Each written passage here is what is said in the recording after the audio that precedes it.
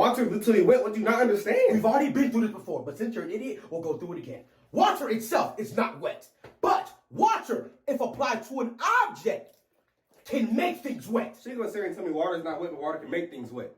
That's exactly what I'm telling you, you goddamn idiot. It doesn't make no sense. It literally makes no sense. Yeah, I'm not gonna lie, it doesn't make any sense at all. How will it not make sense? A liquid itself cannot be wet, but a liquid can make things wet. If my hand gets wet, the only reason why my hand got wet is because something that was wet touched my hand. For example, water. You see, you're trying to be so smart to the point that you sound like an idiot. Now I know why you only had 4 people in your high school classroom. At first I was kind of confused, but now I understand. Now I know why.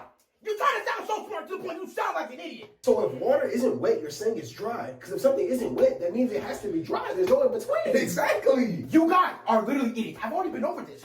Water is not wet and water is not dry. It is literally just water. That's it. That's where you're completely wrong. Everything in the world has to be considered wet or dry. Water can't just be water and it can't just be in the middle. That doesn't make sense. Okay, if everything has to be considered wet or dry, then what are you? As of right now, I'm dry. Exactly. And if I throw this water in your face will be wet, but the water will not be. First of all, the water will be wet, and second of all, you wouldn't do that shit.